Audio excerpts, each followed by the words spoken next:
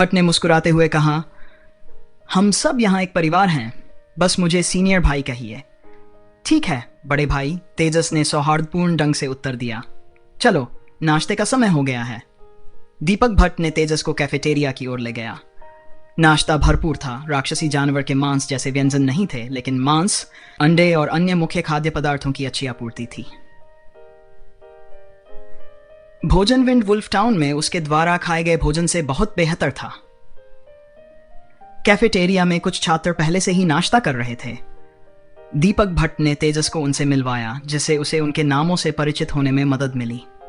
तेजस की स्मरण शक्ति के कारण उसने इन दर्जन भर बड़े भाई बहनों के नाम पहले से ही याद कर लिए थे, जिनमें दीपक भट्ट और चांदनी सबसे परिचित थे। मैं तुम्हें बाद में कक्षा में ले जाऊंगा। आज सुबह हमें शिक्षक मोहन के साथ शारीरिक प्रशिक्षण है। बेहतर होगा कि तुम मानसिक रूप से तैयार रहो। शिक्षक मोहन है। दीपक भट्ट को कैफेटेरिया के प्रवेश द्वार से आती आवाज ने बाधित किया। वाह दीपक भट्ट, टीचर मोहन की पीठ पीछे बातें करना तुम्हारा काम तमाम है। तेजस ने आवाज के स्रोत की ओर देखा और पाया कि यह चांदनी थी। उसके चेहरे पर एक मुस्कान थी। मैंने कुछ नहीं कहा, आपने गलत सुना होगा। मैं तो बस ये कह रहा था कि टीचर मोहन हमारे अकादमी शहर की सबसे खूबसूरत महिला हैं। दीपक भट्ट ने जल्दी से खुद को सही किया। चांदनी ने दीपक भट्ट की ओर देखा, उनके पास बैठी और तेजस से कहा, उसकी बकवास मत सुनो। हालांकि शिक्षक मोहन पढ़ाने में सख्त हैं, लेकिन यह सब हमारे भले के लिए है। आज सुबह के शारीरिक प्रशिक्षण वर्ग के लिए तुम्हें थोड़ी और ऊर्जा की जरूरत होगी, अन्यथा तुम इसे पूरा नहीं कर पाओगे। मैं कुछ खाने के लिए जाती हूं। इतना कहकर वह कुछ खाना लेने के लिए खड़ी हो गई। दोपहर का क्या होगा? तेजस ने पूछा। दीपक भट्ट ने उत्तर दिया, दोपहर में हमारे पास शिक्षक मनन के साथ एक व्यावहारिक मुकाबला वर्ग है। तेजस को यह बात समझ में आ गई कि जब दीपक भट्ट ने शिक्षक मोहन का जिक्र किया था तो उसका मतलब मोहन युवराज था और शिक्षक मनन वास्तव में मनन थे। पर ने इन नामों को नोट कर लिया। क्या हर दिन ऐसा ही होता है? तेजस ने पूछा। अधिकांश समय हाँ। कभी कभी शिक्षक गौतम हमें व्याख्यान देते हैं। वे दिन आमतौर पर शारीरिक प्रशिक्षण के बिना आराम के होते हैं। फिर शिक्षक सिया राव हैं जो सप्ताह में एक बार कक्षा लेते हैं, या यूं कहें कि हमारी साधना को बढ़ाने में मदद करने के लिए एक सत्र लेते हैं। जब आप भाग लेंगे तो आपको समझ में आ जाएगा। मेयर हर महीने एक बार हमारी जांच करते हैं। जो अच्छा करते हैं उनकी प्रशंसा की जाती है, जो अच्छा नहीं करते उन्हें डांटा जाता है। जो हर बार सबसे अधिक सुधार करता है उसे पुरस्कार मिलता है, लेकिन मुझे कभी नहीं मिला। दीपक भट्ट ने अंत में थोड़ा निराश होकर बताया। इस समय तक चांदनी नाश्ता लेकर लौट आई थी। तुम ठीक हो? कम से कम तुम्हें कभी सजा तो नहीं मिली। शिक्षक तुम्हारे साथ नरमी बरतते हैं। वे सभी कहते हैं कि तुम्हारा राक्षसी ईश्वर परिवर्तन साधना कठिन है और धीरे धीरे आगे बढ़ता है, इसलिए भले ही तुम अंतिम स्थान पर हो, तुम्हें सजा नहीं मिलेगी। यह अनुचित है। दीपक भट्ट के दिव्य लोमड़ी रूपांतरण में सरना वास्तव में कठिन लग रहा था। तेजस कुछ छात्रों के शरीर से निकलने वाली रक्त रेखा आभा से उनके साधना स्तर को पहचान सकता था। उदाहरण के लिए दीपक भट्ट तीसरे क्रम पर था और चांदनी चौथे के आसपास। दोनों युवा थे, लगभग 11 या 12 साल के। अन्य वरिष्ठ भाइयों और बहनों की ताकत अलग अलग थी, लेकिन कुछ ऐसे स्तर पर थे जिसे तेजस भी ठीक से निर्धारित नहीं कर सकता था, निश्चित रूप से छठे क्रम से ऊपर। खाना खाते समय चांदनी तेजस की ओर मुड़ी और बोली, आज दोपहर की व्यावहारिक मुकाबला कक्षा में तुम्हें सावधान रहना चाहिए। चूंकि तुम यहां नए हो, इसलिए शिक्षक मनन चाहेंगे कि तुम अपनी क्षमताओं का सही प्रदर्शन करो।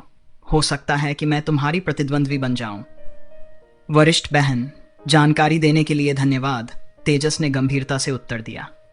दीपक भट्ट ने तेजस के कंधे पर हाथ रखते हुए चांदनी से कहा, छोटे संतरा, अगर आज तुम हमारे छोटे भाई से मुकाबला करने जा रही हो तो ध्यान रखना कि उसे चोट न पहुंचे। चांदनी ने भौंहें उठाई और चिढ़ाते हुए कहा, तुम मुझे कब से लिटिल लॉरेंस कहने लगे? शायद मैं तुम्हें ऐसा कहने दूंगी जब तुम मेरे साथ एक राउंड पूरा कर सको और फिर भी एक इंसान की तरह दिखोगे। दीपक भट्ट का मुंह थोड़ा सा फड़क उठा। मुकाबला करने की ताकत के मामले में वह यहां किसी को नहीं हरा सकता था। ऐसा लगता है कि तुमने मुझे चुनौती दी है, उसने कहा। क्या तुम्हें बुरी किस्मत का डर नहीं है?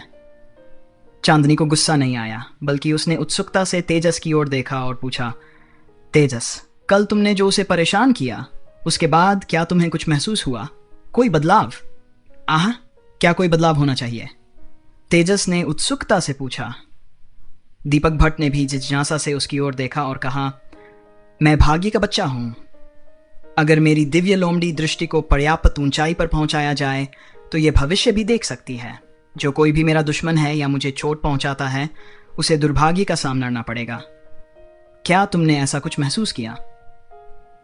तेजस ने चुपचाप अपना सिर हिलाया, ये सोचते हुए कि मैं दिव्य चेतना वाला एक देवराजा हूं। यह अजीब होगा अगर आपके थोड़े से भाग्य का असर मुझ पर भी पड़े। दीपक भट्ट ने अपना सिर खुजलाया। यह काम नहीं किया? यह अजीब है। मुझे आगे बढ़ना होगा और कड़ी मेहनत करनी होगी। शिक्षक गौतम ने कहा कि चौथे क्रम पर पहुंचने के बाद मेरी सेलेस्टियल फॉक्स दृष्टि में कुछ व्यावहारिक क्षमताएं होंगी, तब मैं शक्तिशाली हो जाऊंगा। चांदनी ने आंखें घुमाई और नाश्ता खाना जारी रखा। नाश्ते के बाद वे आंगन में इकट्ठे हुए। तेजस को मिलाकर रिडेम्पशन सोसाइटी में 16 छात्र थे।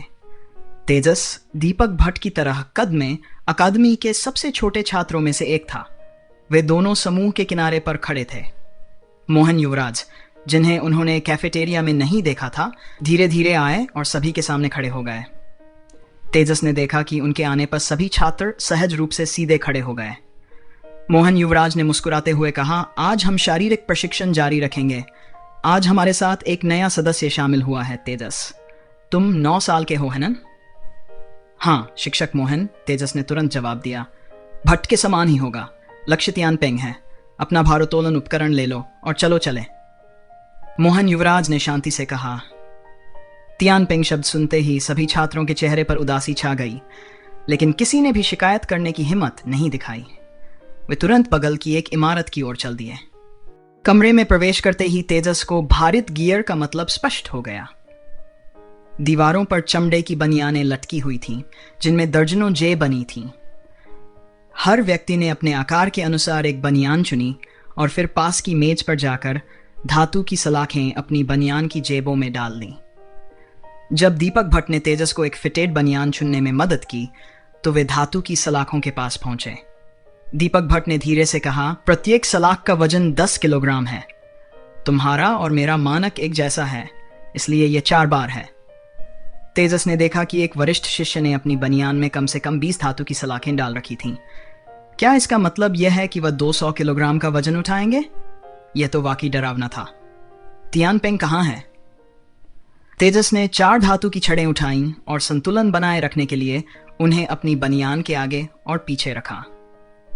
40 किलोग्राम वजन के साथ उनका शरीर थोड़ा भारी महसूस होने लगा, लेकिन उनकी वर्तमान साधना के स्तर को तो देखते हुए यह कोई बड़ी बात नहीं थी। दीपक भट्ट ने व्यंग्यात्मक ढंग से मुस्कुराते हुए कहा, तियानपेंग यहां से लगभग 100 किलोमीटर दूर पहाड़ों में है। यह वास्तव में एक कठिन ट्रेक है। यहाँ की चोटियां, चट्टानें, घाटियां और अन्य बाधाएं तुम्हें चुनौती देंगी। इसके अलावा कोई विशेष शक्तियां अनुमति नहीं हैं। हमारी रक्त संबंधी क्षमताएं सील कर दी जाएंगी और हम केवल अपने सामान्य मानव शरीर का उपयोग करके ही वहां जा सकते हैं। राक्षसी देव परिवर्तन का उपयोग नहीं कर सकते। वाह, ये कितना कठोर है। तेजस तुरंत चौंक गया। आखिरकार मनुष्यों की शारीरिक शक्ति राक्षसों की तुलना में बहुत कम होती है। राक्षसी देव परिवर्तन की शक्ति के साथ पहाड़ों पर चढ़ते समय इतना वजन उठाना बच्चों के लिए आसान काम नहीं था। हाँ, यह बहुत कठोर है। शिक्षक मोहन पूरे रास्ते हमारा पीछा करेंगे। सबसे बुरी बात यह है कि जो अंतिम 3 वापस आएंगे, उन्हें कोई भोजन नहीं मिलेगा। चलो जल्दी चलें। सभी लोग निष्पक्ष प्रतिस्पर्धा में हैं। चूंकि हम छोटे और कमजोर हैं, इसलिए हमें कम वजन उठाना पड़ता है, लेकिन यही हमारी स्थिति है। दोनों जब कमरे से बाहर निकले तो देखा कि मोहन युवराज बाहर इंतजार कर रहे थे। उन्होंने उनके पास जाकर उन पर हाथ रखा और तेजस ने तुरंत अपने शरीर में एक अजीब सी शक्ति का एहसास किया। डैंटियन में ऊर्जा जम गई थी। उसकी छाती और पेट में ठंडक का एहसास हो रहा था, फिर भी वह कोई ऊर्जा संचित नहीं कर पा रहा था।